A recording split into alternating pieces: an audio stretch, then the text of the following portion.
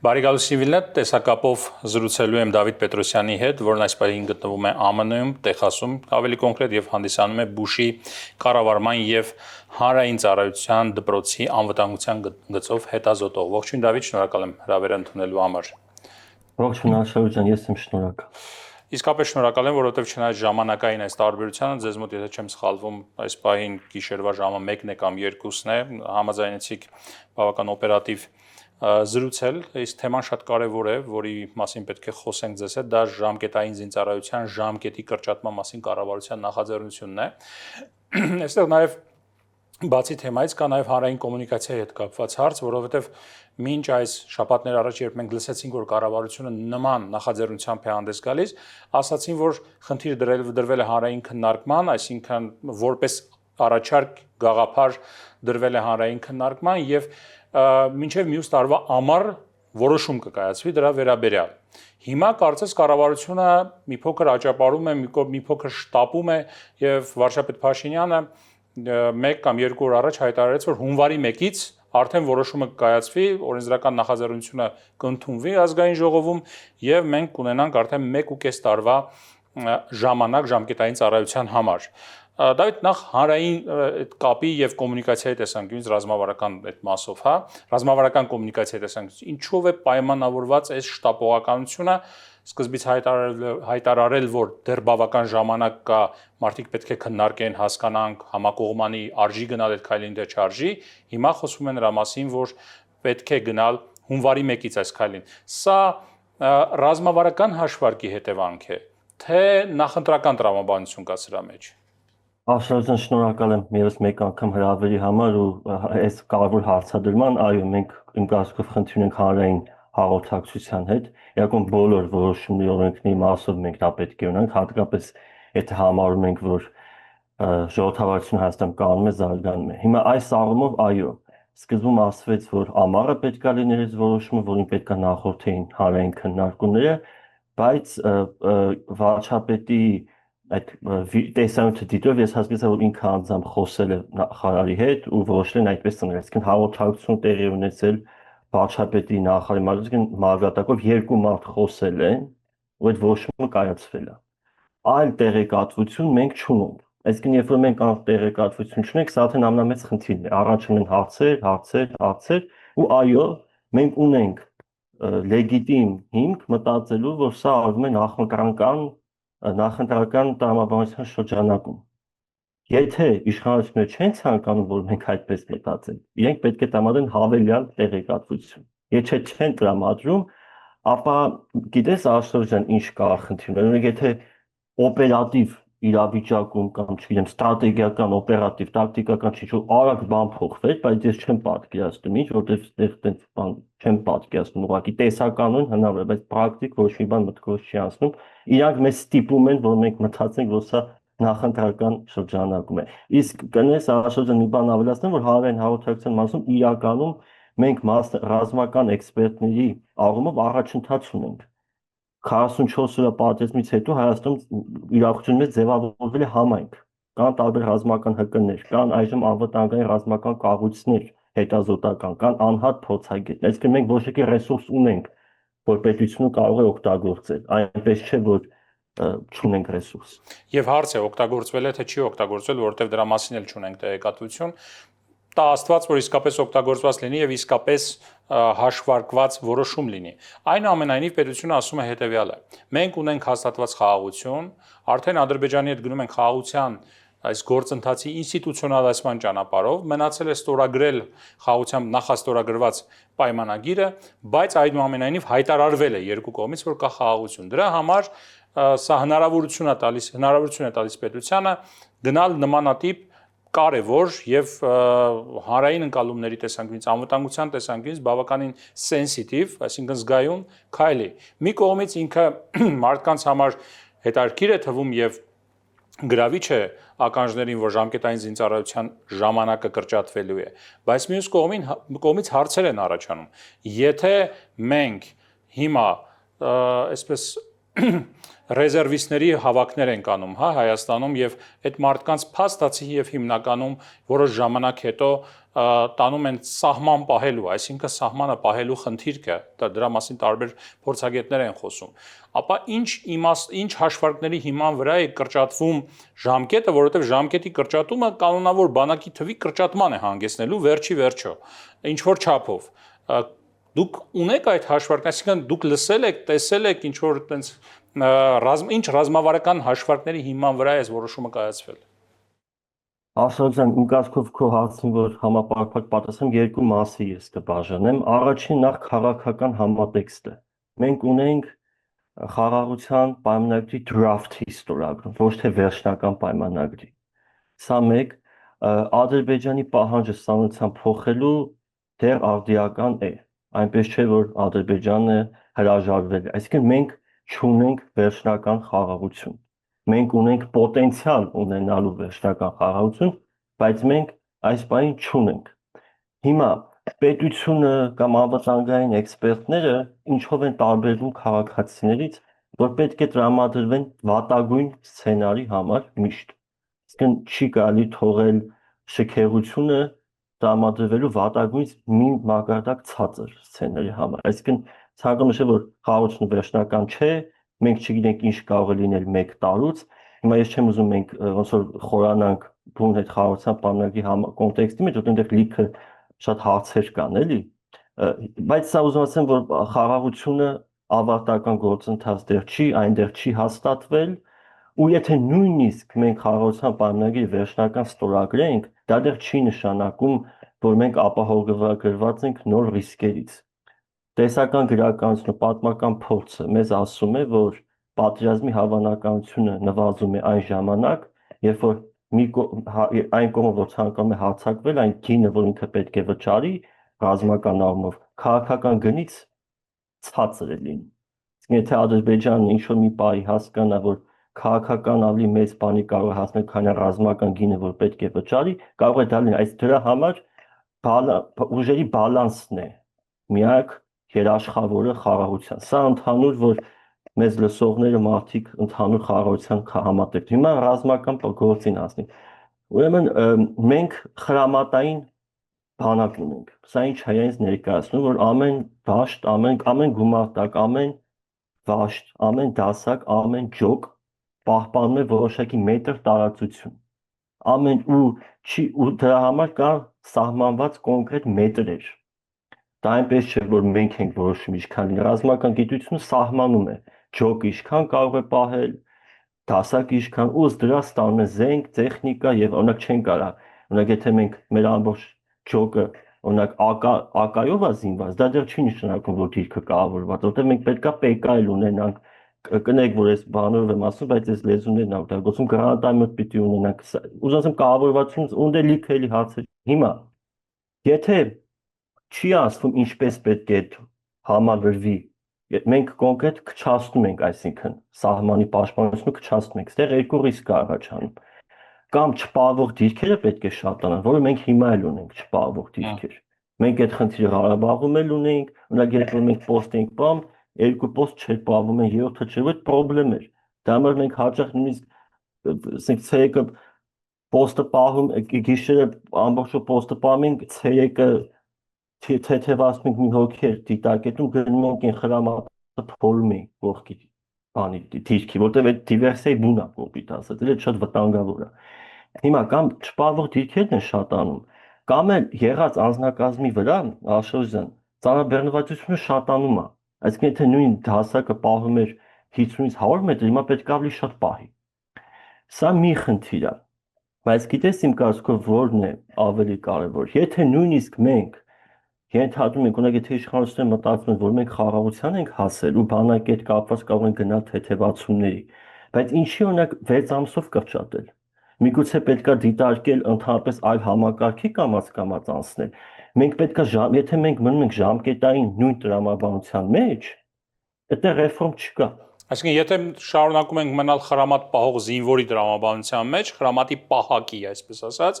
այսինքն ոչ մի բան չկա, ուղղակի քիչ քանակով զինծառայողները ելի նույն գործողությունն են իրականացնելու, չբարձրացնելով իրենց որակը եւ ծառայության ու այո, ասոջ ես հենց այդ եմ ուզում ասել, քննարկում կարգով այս ուղղությամբ պետք է գնալ։ Սա որ երբ որ ներկայացնում է որպես բանակի ռեֆորմ կամ բանակում արված ռեֆորմների հետևանք, դա չեմ կարծում, որ իրականության համապատասխան է։ Բանակի ռեֆորմը իր այդ բոլորին այլ բան է ենթադրում։ Բանկի ռեֆորմը ես այդ հարցադրումներն էի անում։ Սա չպետք է քննարկել ներկայացնել որպես բանակի ռեֆորմ։ Բանակի ռեֆորմը նախ պետք է սկսենք կառավարման մոդելից։ Այն գումարտակները, որ մենք ունենք, այսինքն ունենք վաշտ ու առանձին դասակներ, չի ասենք հակատանկային կապ։ Սա վաղուց արդիական չէ։ Սա վաղուց արդիական չէ, սա 1870-ականների ԽՍՀՄ բանակի բանը կառուցվածք է եղել։ Հիմա ընդհանրապես այն կառավարման մոդելը փոխվել է։ Ես մոտ ծիծաղալու բանը շեմ, մեր դասակի ատանը պլանշետներ ունեն, ասենց որ իրաց տետրերն են էլի դնում, բան մենք դրան պլանշետ ենք ասում էլի։ Արևմտյան բնակում այդ պլանշետներ են էլեկտրական, որ մենք ունենք, չէ, օգտագործում ենք գրում, որ ինտերնետը դրան միանում բան։ Իրանց մոտ պլանշետը դա է, որ դասակի հրամանատարը հետախուզական ինֆորմացիա ստանա վաշտից, վաշտը գումարտակից արագ ինֆորմացիա կա, մեր մոտ նման բաներ գոյություն չունի։ Դա մենք 44 օրը ժամանակ կոլապսի ենթարկվեցինք ու խոսքիդ կնես մի հատ հաց կանխեմ, միգուցե որ լինի, որտեղ ես տեսա քննարկումներ, որ ասում են պիտի 3 տարի սարքել։ 3 տարի էլ սարքենք, 5 տարի էլ սարքենք, դա չի նշանակում, որ մենք կհաղթենք։ Մենք 44-ում չենք պարտվել շատը քանակի պատճառով։ Մենք պարտվել ենք, որտեղ չունենք դրոններին հակազդելու միջոցներ, պարտվել ենք, որտեղ մեր հետախուզությունը թույլ էր։ ժամանակակից պատերազմին պատրաստ չէինք ուղղակի։ Այո, եթե կարճ ասենք, այս ուղղակի ինձ այնտեղ հարց եղավ, ինչ, այստեղ ստրատեգիական առումից սկսած գենշտաբից կառուցվածքը պետք է փոխվի, իշնի ու օրինակ երբ որ հասնում ենք սովորական զինվորին, ձմեռային բացինկաները պիտի ծնողը չբերի վարժական հավաքների ժամանակ զինվորին։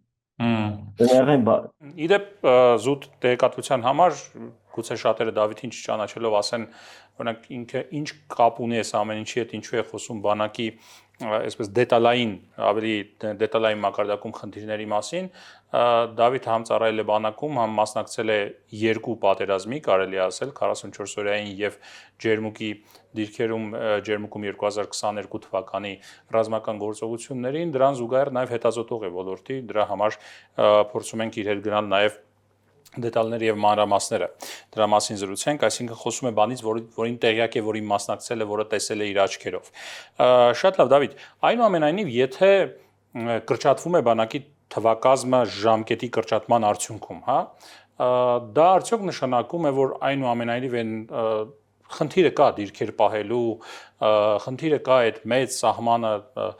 մեզ համար մեծ, հա, սահմանը 1000 կիլոմետրից ավել Ադրբեջանի հետ սահմանը պահելու եւ այնտեղ ֆիզիկապես ներկա գտնվելու, արդյոք դա նշանակում է, որ վարժական հավաքների վրա է, ռեզերվիստների վարժական հավաքների վրա է ծանրանալու խնդիրը, այսինքն մի կողմից երիտասարդները քիչ են ծառայելու, բայց արդյունքում իրենք հետո էլի շարունակելու են ծառայել եւ ավելի գուցե ինտենսիվ են հրավիրվելու վարժական հավաքների։ Շատ շնորհակալություն շատ լավ հարցի համար, Աշելուշյան։ Իմ վարժական հավաքի ժամանակ մեր հիմնական մարտական խնդիրը հենց եղել է պոստ պահելը,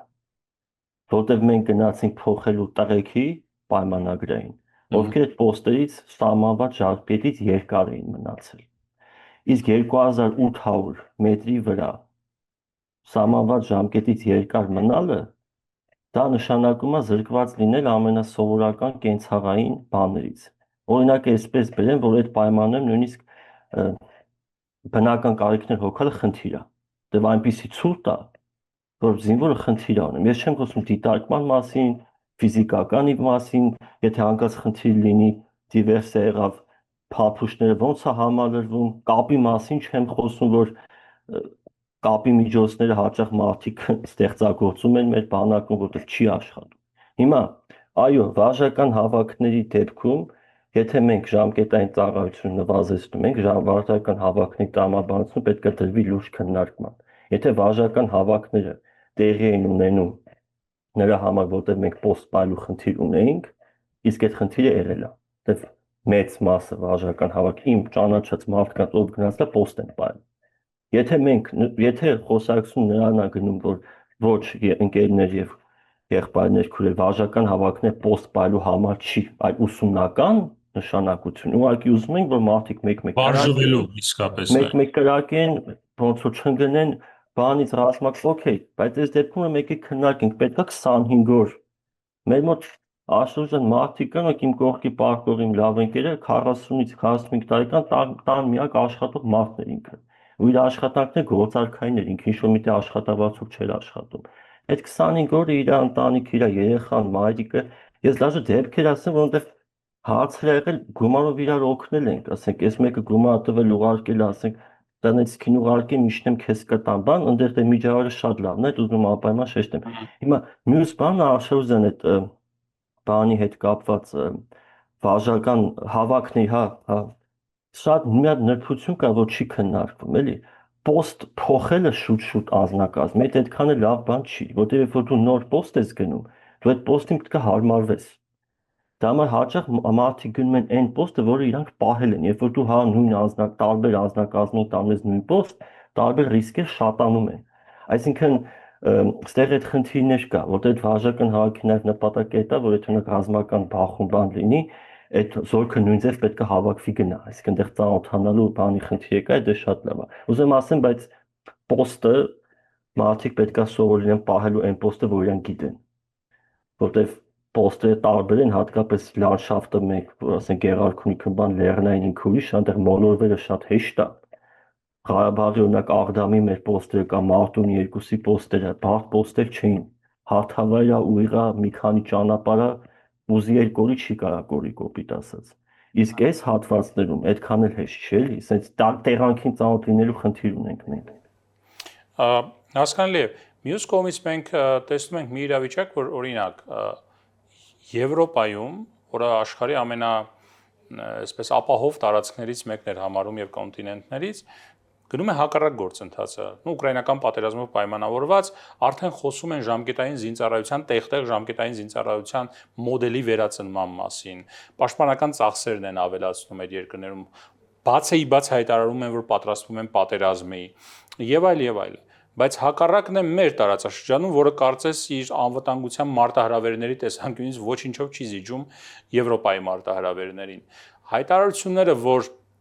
մենք այնուամենայնիվ գնում ենք խաղաղության, որոնք կարծես չեն հիմնված նրա վրա, դուք ասում եք, տարբեր փորձագետներ ասում են, որ խաղաղությունը կլինի մշտնջենական եւ ամուր եւ ստաբիլ, եթե լինի ռազմական բալանսի վերականգնում։ Հիմա այս քայլերը ուղղված են ռազմական բալանսի վերականգնմանը, թե նրա քայլերը հիմնականում, այսպես Ադրբեջանի բարի կամքի կամ Ադրբեջանի խոսքի վրա է հիմնված, որ դե մենք գնում ենք խաղաղության, խնդիր չկա։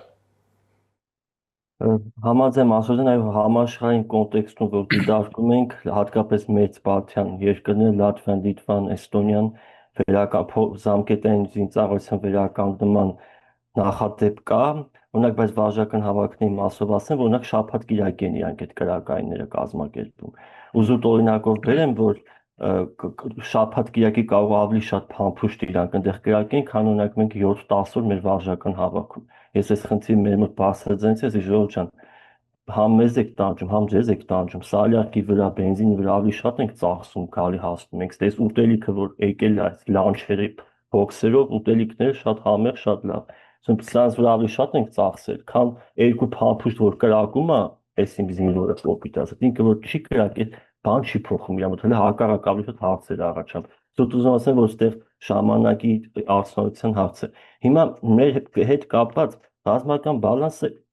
հիմնական երաշխավորն է, բայց օրինակ այդ peace act-ը, որ ընդունվեց Ամերիկայում, որը այսինքն պետք է ընդունվի, առաջարկվել է, դա լրացուցիչ Ադրբեջանի զսպելու գործիքակազմ է մեզի տալիս։ Այսինքն մենք պետք է ունենանք զսպման մի քանի շերտեր։ Օրինակ խաղաղության այդ draft agreement-ը ինքը մի շերտ է։ Մենք այս շերտի վրա պետք է կառուցենք, բայց երբեք չպետք է այն գիտակցության մեջ հայտնվենք, որ ամեն ինչ շատ լավ է։ Ինչու՞։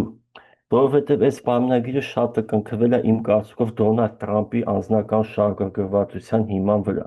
Դոնալդ Թրամփի վարչակարգի նպատակը իր անձնական նպատակը խնդիրները կարգավորելը, ցույց տալը, ես չեմ ասում լուծելը։ Շատ խնդիրներ ամբողջովին չեն լուծվում, բայց իրենք ցույց են տալիս, որ լուծվել է։ Հիմա մենք Ուկրաինայի Ռուսաստանի հետ կապված տեսնում, իրանք ասում են լուծվել է, հետո գնում են խոսում, բազմը չի լուծվել։ Վերջո այս դարաշրջանում այս դարաշրջանում post ճշմարտության ավելի շատ ոչ թե փաստերն են կարևոր, այլ ընկալումները եւ մեկնաբանությունները։ Հիմա իրենք դրանով են զբաղված։ Ու մեզ մոտ Աշոջան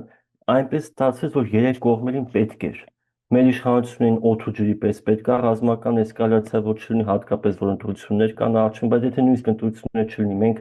20 թվականից պետական համակարգը ճգնաժամային իրավիճակում աշխրհ ջերմուկի մարտերը ցույց տվեցին, որ մեր ուժերը բավարար չեն